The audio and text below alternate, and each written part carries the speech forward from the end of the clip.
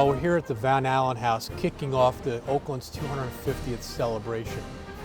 What's interesting is this is the first reenactment that this group is doing for 2026.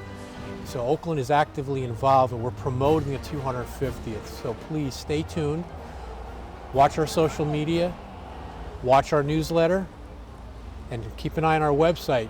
And you're going to see more and more events that are going to be coming up for the following year, celebrating our 250th. Oakland TV is made possible by the generous support of our sponsors.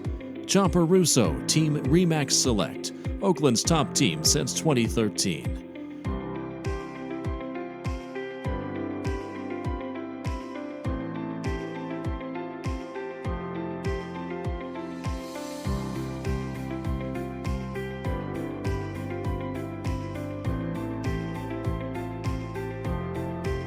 The J. Moore Connection Incorporated, reliable professional IT services and solutions for your home and business for over 3 decades. The J. Moore Connection Incorporated, jmore.com.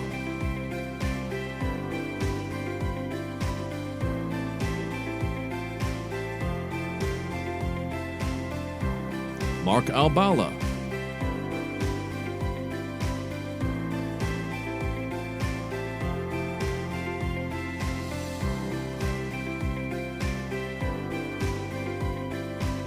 Ryan Schwartfeger, proud Oakland resident since 1998, has been a proud member of the Oakland Communications Commission and its chairman since 2018.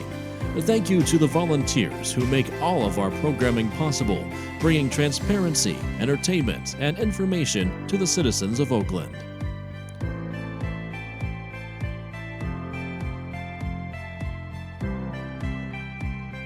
William Sisti,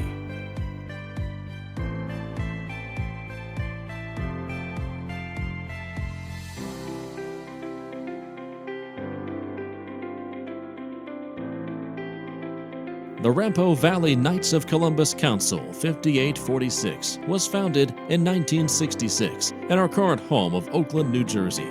Through the years, the council has worked closely with the parish and our community to provide funds for various charitable projects.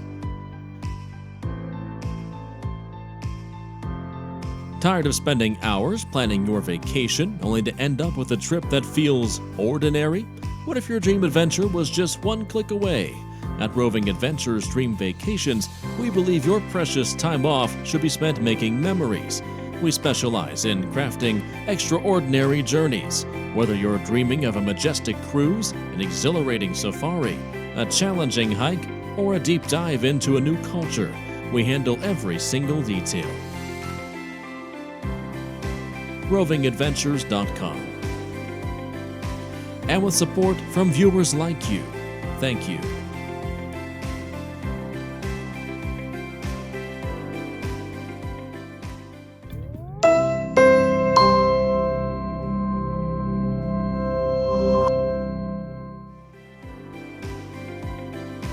The following program is brought to you by the volunteers of the Oakland Television Committee and the Oakland Communications Commission.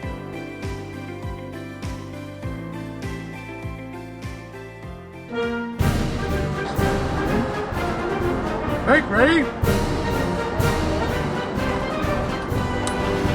Reset. Fire! Well, we're here at the Van Allen House kicking off the Oakland's 250th celebration. What's interesting is this is the first reenactment that this group is doing for 2026. So Oakland is actively involved and we're promoting the 250th. So please stay tuned, watch our social media, watch our newsletter, and keep an eye on our website. And you're going to see more and more events that are going to be coming up for the following year, celebrating our 250th. We have open houses just about every month, when weather permitting. But for February's open house, we've decided to have George Washington's birthday commemorated as well. So what we have over in back of me is our statue of George Washington, but we put a birthday hat on him to celebrate. And we've also invited New Jersey Herds Brigade, which is a Revolutionary War reenactment brigade. And they are here to do various activities to celebrate colonial life, and we'll have some military activities as well. Well, what they're doing is we have men-at-arms who will be doing military drills twice during the day, and they'll be marching from the Van Allen House up our driveway into a grassy area that was cleared by Oakland's DPW, and they'll be doing formations and firing muskets, blanks of course, but it will be quite a spectacle for the visitors to enjoy. Prepare to search your arms. Search arms.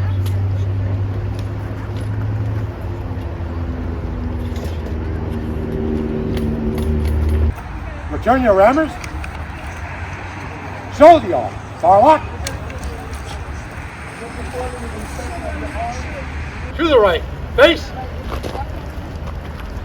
Forward. March. Oblique to the right. Okay. Forward. March. Prepare to advance from the center. Advance. March. You guys keep going. Come in. Perfect. Around the corner. Reform company front. Yes. Oh, perfect. Hold on. Make ready. Hold full cockpit, precision cover off. Hold it straight up at the poise. Present. Fire! Prime and load. Militia, make ready. Present. Fire! Perfect, beautiful, perfect. Make ready. Present. Fire! Shoulder your fire line. Militia, make ready. Present. Fire! Perfect, beautiful, perfect. To the right, face. Forward march. So as long as their legs were covered, To the right, turn.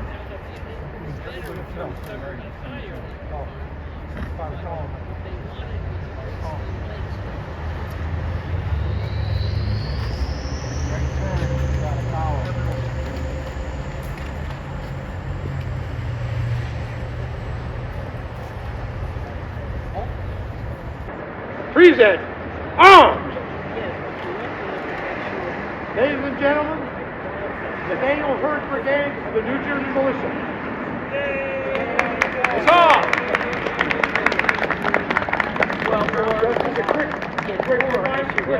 I'm planning to have a children's military drill with toy guns. So we'll see if any children are here, they will also learn how to drill like Revolutionary War soldiers. All right. Now order your fire lock and reach up and grab it like you're with your right hand. And bring it down to your right side. Right? So you do that. Bring it down. Grab it with your right hand. Bring it down to your right side. Put it like that. Okay. All right. So now it's on this side right here. Now what are you going to do? You're going to shoulder your fire lock. So you're going to pick it up. You're going to bring it across the fire and you put it over here. Right now, bring it around this way. Got it?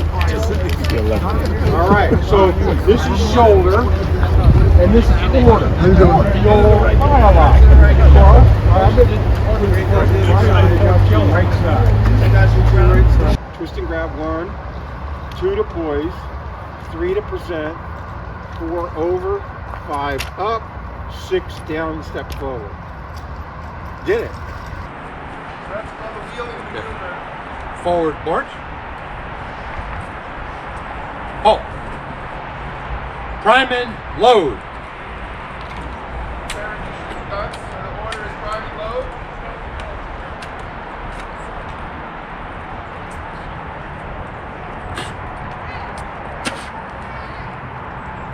Paper cartridge that contains the ball and the front barrel. There's 2 teeth. They have to have a minimum of 2 teeth. Order the British cartridge. More a little bit of cartridge, a little bit of the gunpowder. Come to shoulder when ready. The rest of the back barrel.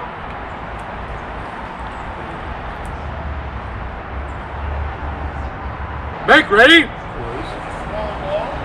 So that Reset. Fire! Good volley. Good volley. One more.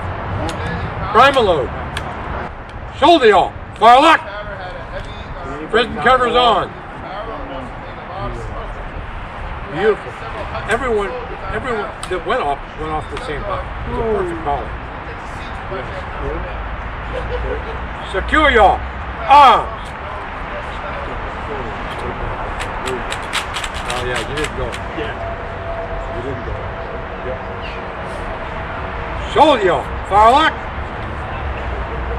Inside the house, we have reenactors that will be cooking using the open hearth.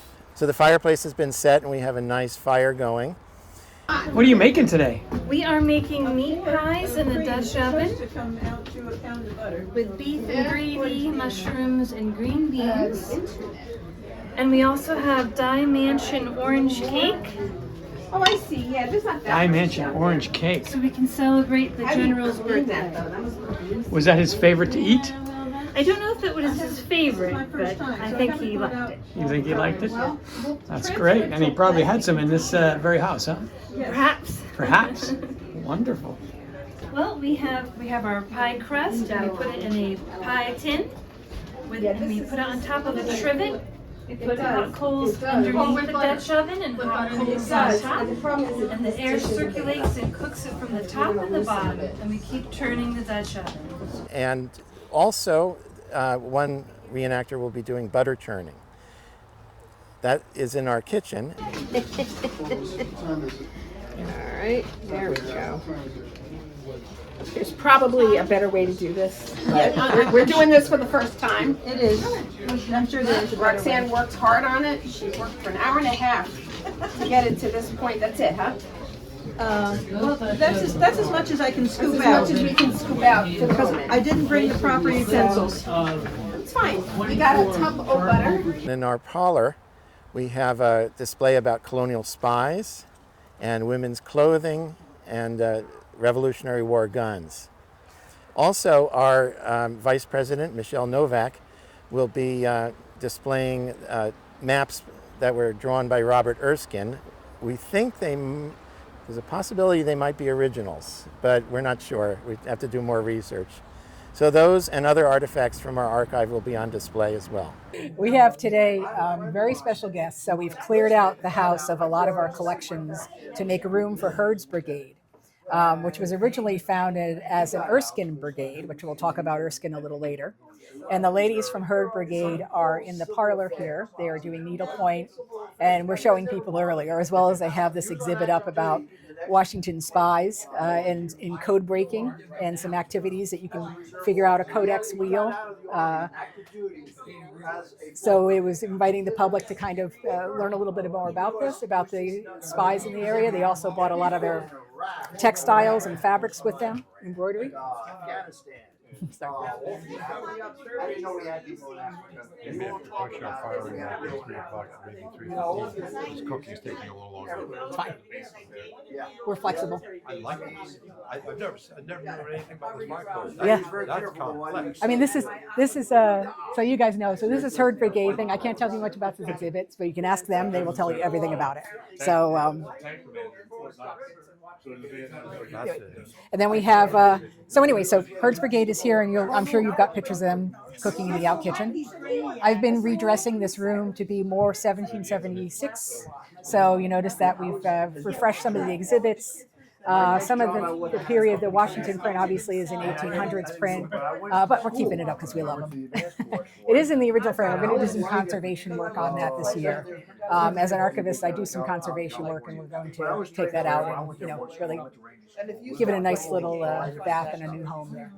But we did add a few pieces to the corner cupboard here. From the top, we have some archaeological finds. So those are all colonial, so 18th century pieces, except for I believe that one in the center is some kind of later reproduction. I'm still doing research on that one. In the center, we have obviously a modern plate in the middle that was made in the 80s by a potter who used to work across the street over by the mill there. But left and right, we have some New Jersey redware plates, which we discovered as we were bringing collections back into the house because a lot of the collections were in boxes while the house was under construction, and we're bringing them back in now. Upstairs is a total mess of boxes. We're still going through everything.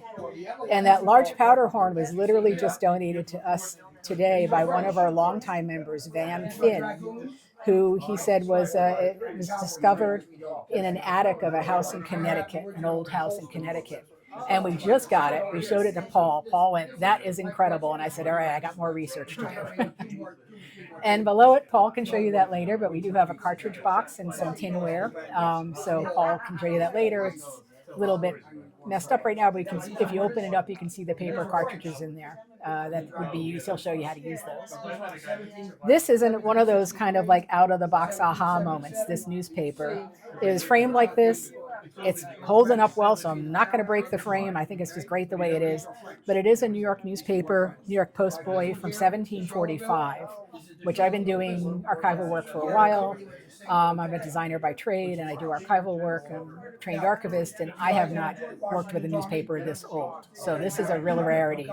But what's neat about it is as we're reading it through, it's the news of the day. There's stuff going on in 1745, but nothing that's like the colonial newspapers. But in the lower left here is an ad for an estate sale in Hackensack, and it doesn't say who the owner was, but it does describe the estate, and it talks about the number of slave quarters and things like that.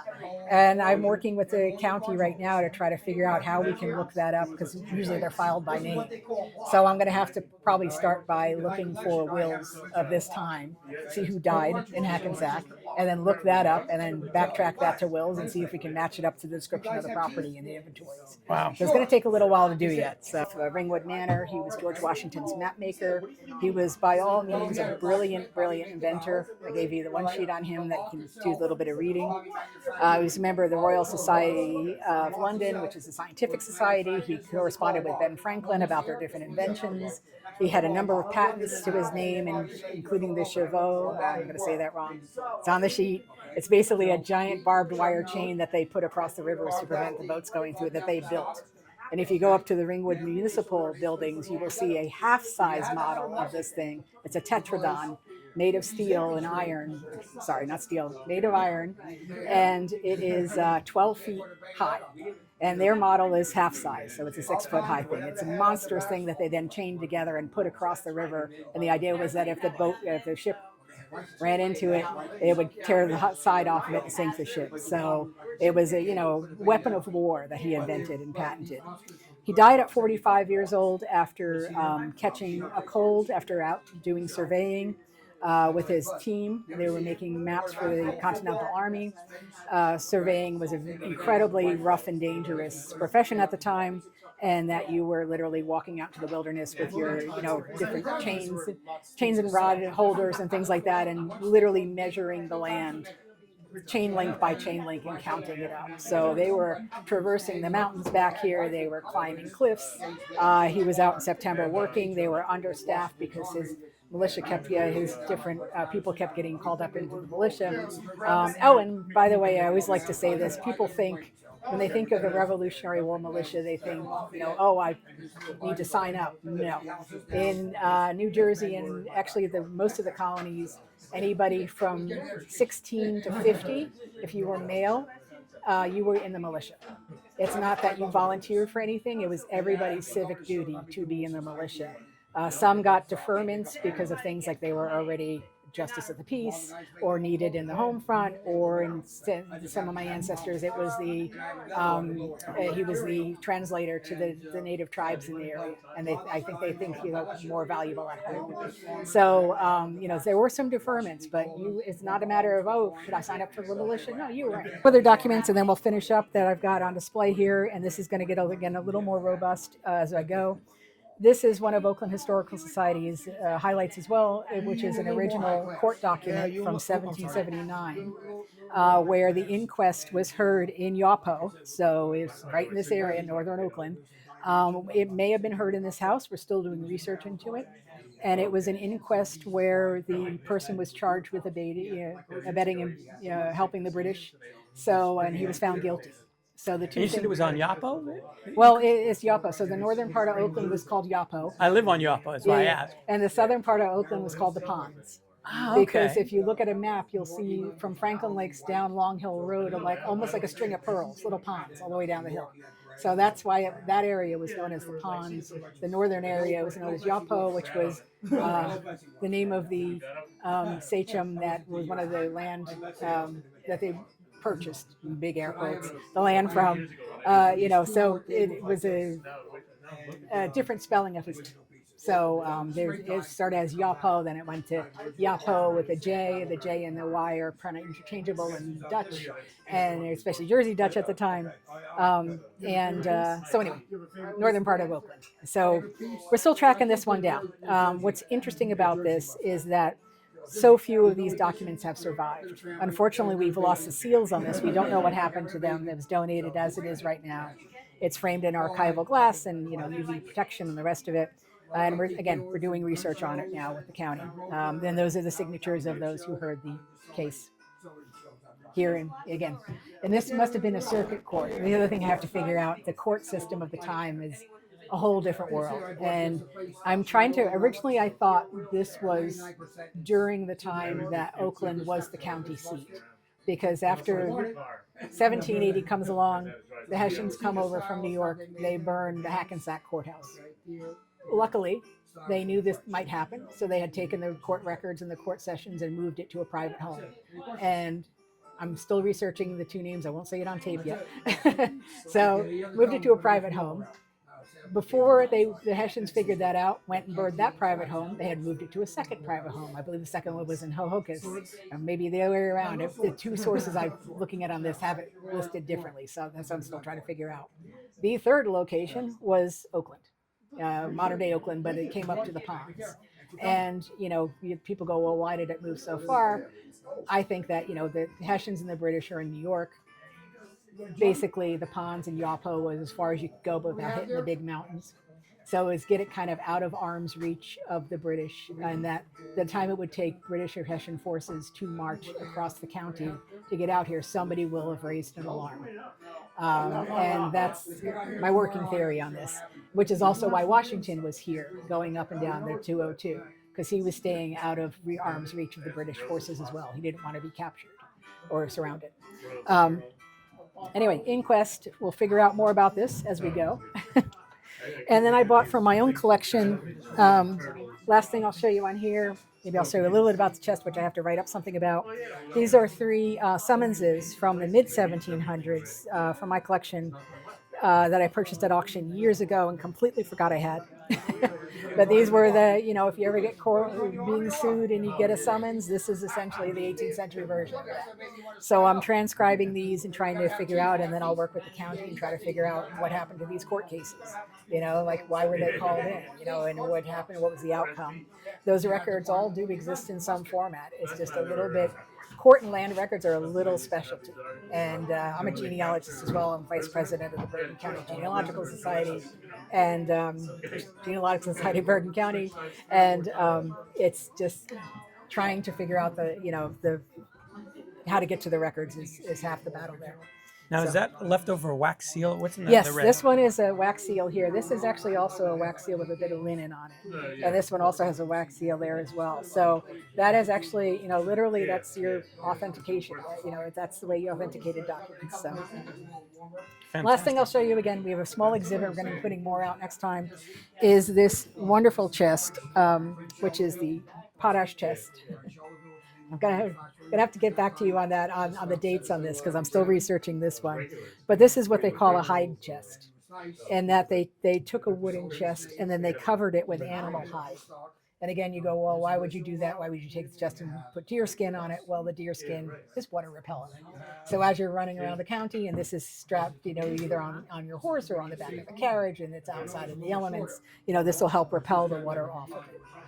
So these were very popular as document boxes, as well as physicians' cases where they didn't want the contents to get wet. Anything you had that you wanted to keep dry.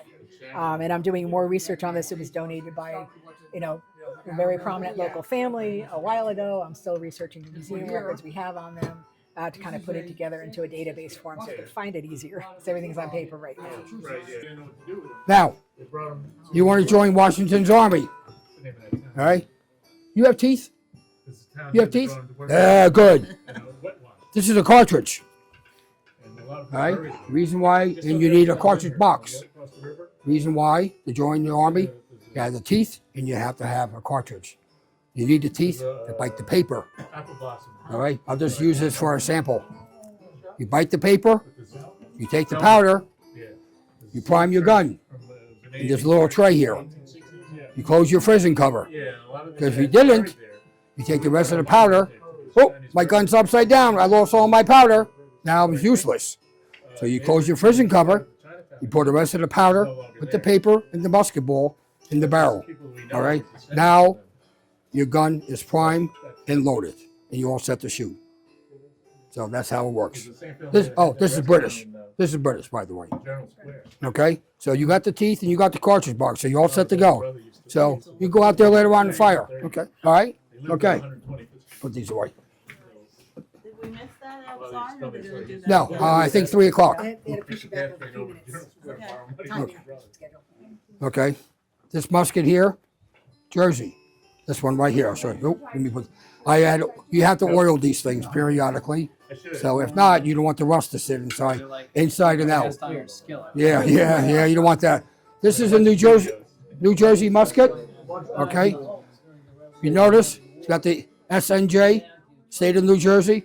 This is what they call a lock. All these little pieces here, that's what they call a lock. This was manufactured in Philly. So you got the proof marks, and you have the U.S. State of New Jersey here. And if you, I don't have the proper light, but if you go outside, it will say Sussex County. And the soldier probably put his initials on it as well. So now the new addition to the family is this one here. This is a Hessian. This is 1763 with the matching bayonet. See the number on here? See the number? All right, that's what's on the buttstock here. And this is Hessian, and this did fight in the Revolutionary War. So now, what's the difference between a musket and a rifle? Very simple. That was my question. Okay, I knew it. I read your mind. Yeah, I heard every word. These are smooth bore, 69 caliber. All right, this is rifled. You ever see quarterbacks throw a football? Spins. These were good up to 300 yards. These are only good to about 75 yards. But like I said, you cannot put a bayonet on it. So, like you can with the muskets. So, in that case, you have 2 British Dragoon pistols, the cavalry. All right. I have an original holster that goes in front of the saddle, riding the horse. So you have 1 pistol on one side, pistol on the other side. Once you fire your pistols, you can reload because you're galloping all over the place. So you draw out your sword. You do a little fencing. These 2 are British, 1763, 1778. These 2 are French, on the same year. That's it. Go ahead. Hessian rifle German? Yes. Oh, yeah. Yep. And last but not least, you ever see money back at that time? What it looked like? This is original. This is all original money to that time, different years, from all 13 colonies. They're all in here. You have New Jersey. Okay. These 2 are New Jersey. Okay. Now, if you can read this, it says, "Do not counterfeit," meant death. So you didn't duplicate it. And they had to be signed, and they had to be sealed. All right. Now, if you lived in Jersey, you had to stay in Jersey to spend them. You couldn't go to New York to spend them. Where did they produce the money? Anywhere. Yeah, basically anywhere in the state, whoever. Did that notarized? Yeah. Oh yeah. That's why you see the signature and the seal. All right. So you had Jersey here. You had, this is $4. This is what $4 looks like. This is Connecticut. Okay. This is New York. This is $4. All right. This one here, this is Georgia. This is Pennsylvania. Now notice how each one is completely different from all the others. This is Massachusetts. Now, what's called Massachusetts Bay, but it's actually Massachusetts as we know it today. You had Maryland. You had Rhode Island. You had North Carolina. I have a book that's. You had South Carolina. Delaware. You couldn't use it in Massachusetts? No. That didn't take place for some time after. You had Virginia, and you had New Hampshire. New Hampshire. So I got all 13 colonies. That's it.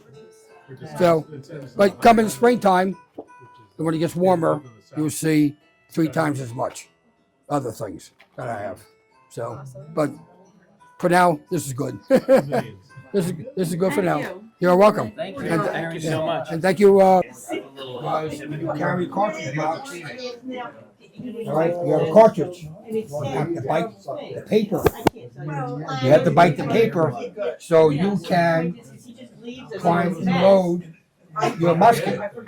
So when you take your musket, I'll just use this for the time being, even though it's a pistol. You have to fill that little tray. You have to bite that cartridge, fill that little tray, and take the powder, the little musket ball, and put it down the barrel. Now your gun is primed and loaded. And when the officer says, make ready, there'll be hundreds and hundreds of guys all lined up in double ranks, and boom, make a lot of noise and smoke. What do you think? What do you think, huh? Could do it? Yeah. Right? What do you think, huh? Like that? You ready? All right, come here. Come here, guys. Come here. What do you think? Yeah, nice. You can't take it home, though. You can't take it home. Worse than let Daddy take your picture with it. Yeah. We'll get your brother over here, too. Yeah. Nice. You want to hold it, too? Cameron, you want to hold it, too? You want to hold it, too? Yeah. Look at Daddy. Now, don't walk away with it. Look at Mommy. Look at Daddy. Look at that. Yeah. Nice. Give it back to Mr. Washington. Yeah. When you get older, I'll give it to you. Oh, whoa. Hold him to that, right? Thank you so much. You're welcome. We have a number of ones outside. What can be arguably out there, the first American flag, this is one with 13 stripes, and the British Union Jack up in the corner. And that was raised by Washington when he took command of the troops outside of Boston, which was in essence making it the Continental Army. It's called the Grand Union flag. And that's one where the stripes stood for colonies, because that's all we were at that point. And when we declared independence, it took Congress 11 months to decide on what the American flag should look like. So they continued using that one and doing it.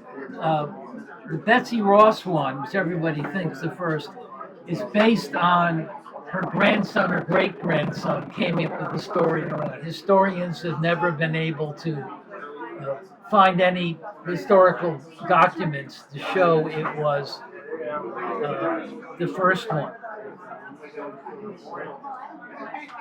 And they, all kinds of combinations. If I had my flag display down here, I could show you the whole bunch of stuff.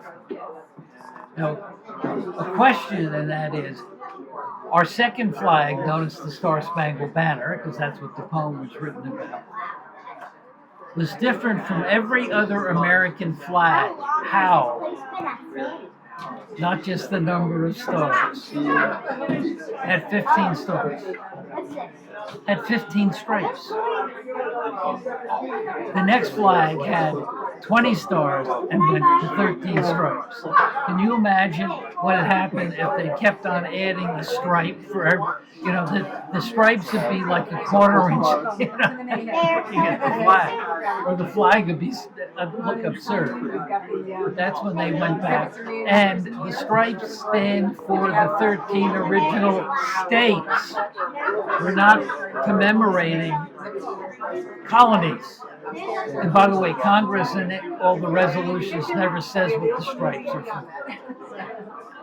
Just tells you the number of stripes, red and white, and the number of stars up in the Union, white on a blue background representing a new constellation. Doesn't say how many points to the stars. Doesn't say what way to arrange them. And there are all kinds of different arrangements. And there are 5-point stars, there's 6-point stars, there's 8-point stars. One of the flags out in front, the last one on the right as you're looking at the line, I think has 8-point stars, but I can't remember. With John Paul Jones after his famous battle. Well, his ship sunk, but they captured the British ship, the Serapis. And when they sailed into the harbor, people were screaming, "You're pirates," or whatever, because you're not flying a national flag. So they made up this flag. And it is the screwiest looking one with the stripes are red, white, and blue, and it looks horrible. And the kicker is John Paul Jones, when he sailed over on the Ranger, was the ship he had then, had a nice looking flag, 13 white and 13 stars in rows. So they knew what it's supposed to look like, and how they came up with how screwy the flag is. And if you go online, you can see how screwy it is. I have no historical basis for it, but my theory of it is he sent a bunch of sailors down to find material from the various flags they had around to make up the American flag. And the sailors found the grog first. Those of you who don't know what grog is, it was the rum. They had rum rations for all the sailors. They watered it a little anyway. Any good sailor who found a whole bunch of rum down there was kind of pay attention to that before making the flag. No historical strength on that one, and basically. Michelle Novak is working with Peter Havel from the library and planning a series of speakers. So please watch the publicity for that. We've scheduled a 3-part series already, and that should be good for giving people a basis for Revolutionary War history. But we hope to work with Peter quite a bit and have a lot of different speakers over this coming year, and also next year, which is Oakland's 125th anniversary. We have a membership in the Northwest Bergen History Coalition, and that's an opportunity for people to buy a ticket and go around to various historic houses throughout our area. This would include Mahwah, Allendale, Wyckoff, and so on. The tickets for that I believe are $10, but of course it's free to get in the Van Allen House, but the money will benefit all of the partners in that. And that will take place on April 25th. It's a Saturday. And there's other things that we have in the works. So it's going to be an exciting 2 years, I think. That's fantastic. And if people wanted to donate to help Van Allen House, how would they do that? They can just come by and visit and leave some money in the jar. And also, if you want to donate to us, that would be great. We will accept donations that way. Probably what we would need more would be a donation of time. And it doesn't have to be a lot of time. It can be just an afternoon or so. What you can do is contact me via email, and I guess I'll spell that out. eschaubach.ohs@gmail.com. Ready? Freeze it! Fire!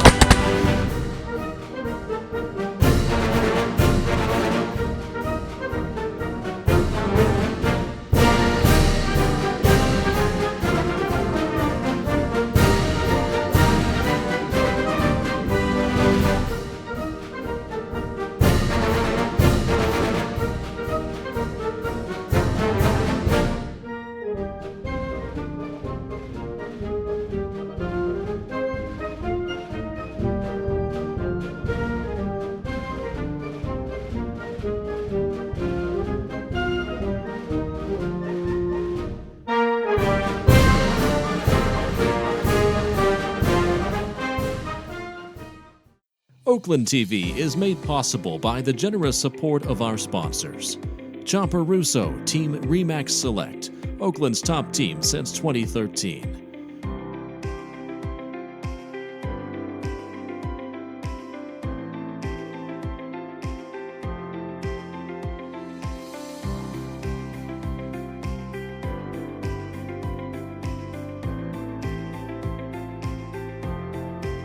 The J. Moore Connection Incorporated. Reliable professional IT services and solutions for your home and business for over 3 decades. The J. Moore Connection Incorporated, jmore.com.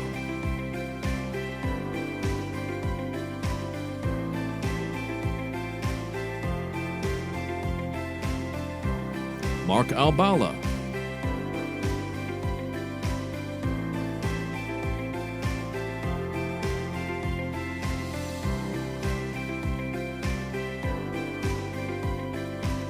Ryan Swartfager, proud Oakland resident since 1998, has been a proud member of the Oakland Communications Commission and its chairman since 2018.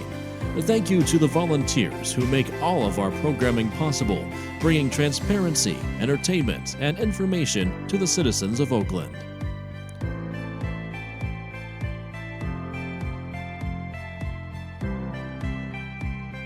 William Sisti.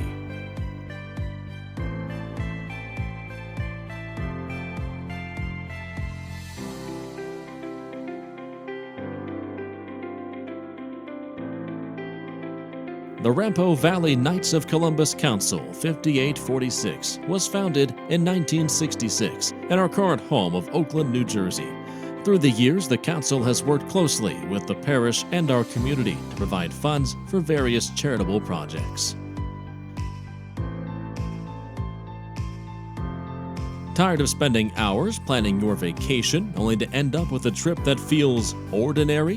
What if your dream adventure was just one click away? At Roving Adventures Dream Vacations, we believe your precious time off should be spent making memories. We specialize in crafting extraordinary journeys. Whether you're dreaming of a majestic cruise, an exhilarating safari, a challenging hike, or a deep dive into a new culture, we handle every single detail. RovingAdventures.com. And with support from viewers like you, thank you.